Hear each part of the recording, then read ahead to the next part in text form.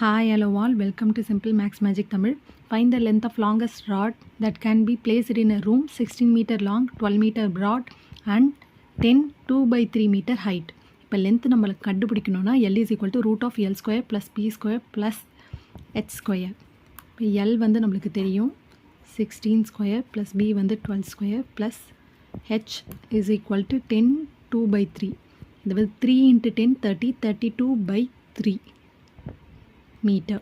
So 32/3 the whole square.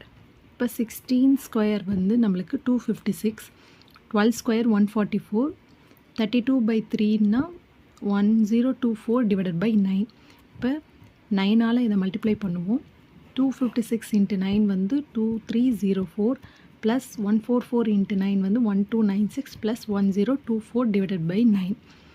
ரூட்லேருந்து cancel பண்ணி வெளில root add பண்ணோன்னா நம்மளுக்கு 4624 divided by 9 கேன்சல் பண்ணி வெளில எடுத்தோன்னா 68/3 is equal to 3 into 22 times வந்து 66. அப்போ 2/3 மீட்டர். இதோட ஆன்சர் இதுதான். இந்த வீடியோ உங்களுக்கு பிடிச்சிருந்தால் லைக் பண்ணுங்கள், ஷேர் பண்ணுங்கள், மறக்காமல் சப்ஸ்கிரைப் பண்ணுங்கள். Thank you so much.